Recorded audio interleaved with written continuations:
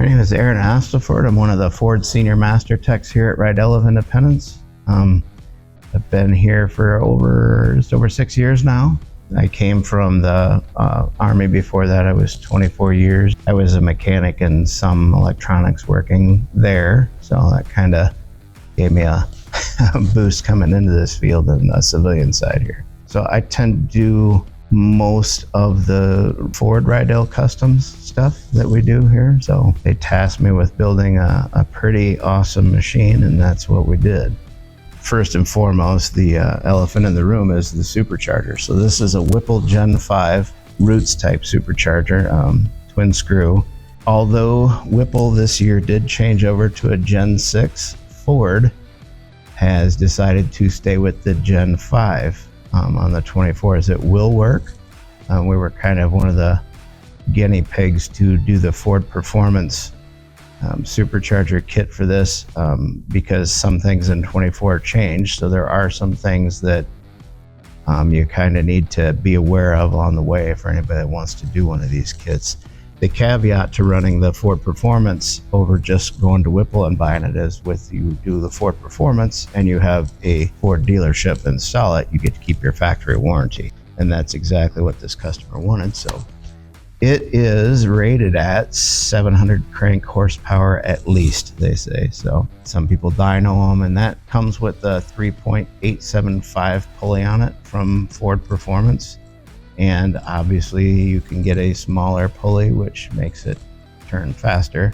The supercharger part, which can turn up your boost and stuff like that. So there are things you can do. However, Ford wants you to stay with that. If you want to go outside that and go to a tuner and get a different one and then have it retuned and stuff, then you will not have your warranty anymore. But we put that on, so we made the necessary changes to make that conform to a 24. Liaison with Whipple a little bit on what we needed to change along the way and what was going to work and what wasn't going to work, and how we could make it better.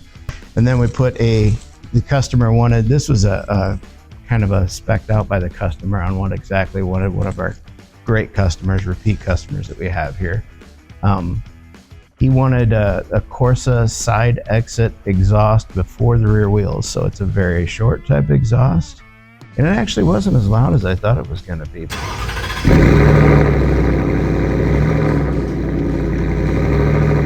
But Corsa makes arguably the best exhaust around. So customer really spared no expense on building this, and he built it right.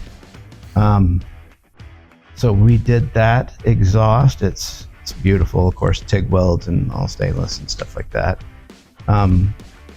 Those vehicles, they order kind of a base one to get the regular cab. I don't think it's available above an XL trim. So it obviously comes with some very ugly wheels on it that aren't going to be rated to handle any kind of horsepower like that anyway. So customer picked out some Ford Performance wheels and some Nido 555 tires. I believe the speed rating on them, I can't remember if it was Z or not, but they're very wide. I want to say they were 305s, which puts them at about a foot wide, which is bigger than you think. And we did some metal valve stems because we don't know what he's going to be doing with them. Metal valve stems allow the centrifugal force to not pull the valve stems in if they do go at a high speed, or let's say they're spinning the tires at 100, which this thing probably will, especially in two-wheel drive. So he wanted Rydell suspension, which is the same thing that they put on, I think it's the Ford F-150, what is it, a Super Snake? So he kind of did his research and figured out that that's what they were using, and so that's exactly what he wanted, because he kind of wanted to make something very similar. So while Rydell is expensive, it is very good stuff, and it has a lot of peripheral type options that can be added on, which we did for him. So we did I believe I lowered it, well, as far as it would go, and it says 2 to 5 inches, so we should be lowered about 5 inches. It comes with coilovers in the front that are adjustable, so I kind of got him in a ballpark on those. After you got to build those actually and put them all together, and then customize your dampening and stuff like that, and your ride height on those too. So I made it as level as I could with what the rear end was. RideTech offers a traction bar kit that bolts onto their RideTech lowering kit. And it was a different way than I've ever seen traction bars done traditionally back in the 70s when I was young, you know, but I mean, I see how it works, and it does work. So it'll keep your axle from rolling, you know, and pitching and stuff like that, and keep everything straight. They're supposed to cut down on wheel hop, which the way that they work, they would too. So we did that. He also opted for a rear sway bar add-on because F-150s, obviously, well, almost every truck doesn't come with a rear sway bar. It's not a thing.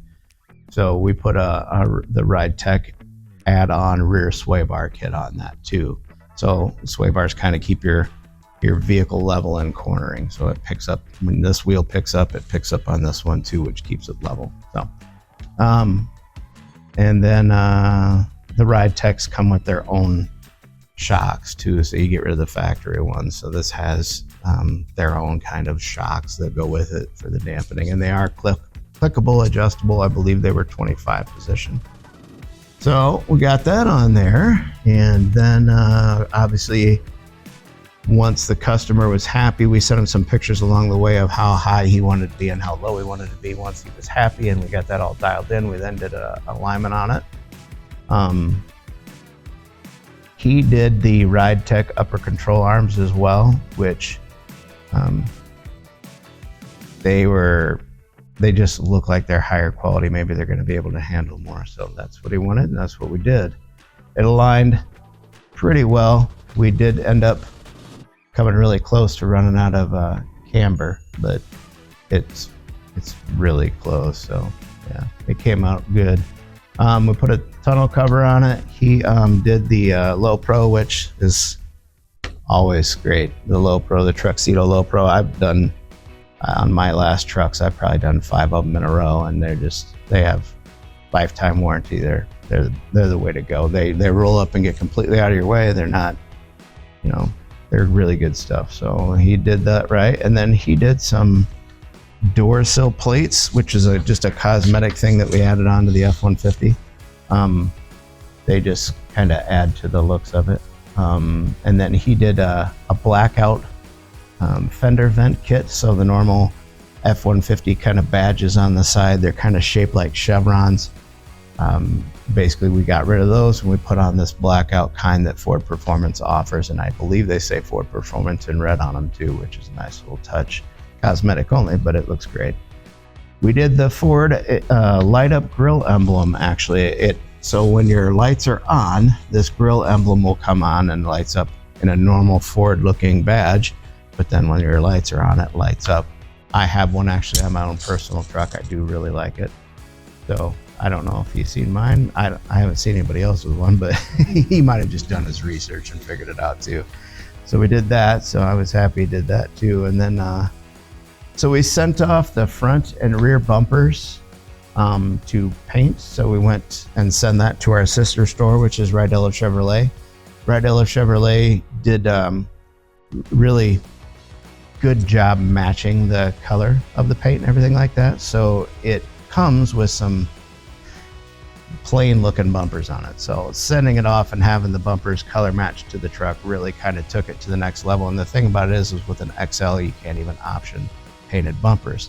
So customer didn't like that. He wanted to send it off. We did that and put them back, sent them off while I was doing all this other stuff. And then by the time I was done, they came back, put them back on, and it really added a really good look to the truck. It made it look a lot more high end than it did before, at least. So I think that's pretty much what we did to that truck. It took it from kind of a very work truck looking vehicle to a lowered sleeper kind of look almost. It came out really well. At the end of the day, he has something that's, I believe it's 0 to 60 in right around 3 with those tires that he's got on it, and it's going to be right around a 10-second quarter mile. There are different ways you can do these trucks. You can level them, lift them, whatever you want. Some of these aftermarket companies, Black Widow and stuff like that, they do something similar with that. Obviously, they're priced accordingly for real. We can do the same thing here at Rydell Customs for quite a bit less money, and if you're in it for performance and looks, and just not the name of, let's say, Black Widow or any of those, then this is the way to go. We make some pretty neat things here sometimes, and this is one of the neatest ones. So